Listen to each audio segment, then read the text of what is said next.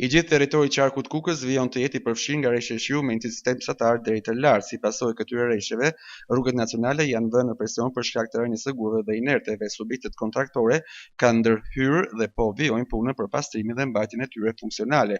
Aktualisht të gjitha aksat rrugore nacionale janë të qarkullueshme pa probleme. Sa i përket energjisë elektrike, furnizimi në të gjithë qarkun është normal përveç disa zonave ku vijojnë ndërprerjet si fshati Kolesian, njësia administrative Gryçaj, Shishtavec, fshati Mamës, fshati Turaj dhe fshatat e Pistë, Gdhesht e Shëmri në njësinë administrative Malzi, Bashkia Kukës, fshati Zarish në njësinë administrative Fajza, si dhe fshatat Kishaj, Pogaj dhe Gjinaj në njësinë administrative Gjinaj, Bashkia Has, fshati Berish në njësinë administrative Bytyq, si dhe njësitë administrative Legbibaj dhe Fierës, Bashkia Tropoj. Furnizimi me ujë të pishëm po kryhet sipas orarëve të përcaktuar nga Drejtoria Rajonale e Ujësisë Kanalizimit të Kukës, thuhet në njoftimin zyrtar të Komisionit të Mbrojtjes së Civile Prefekturës Kukës dhënë për situatën e motit gjatë ditës së sotme.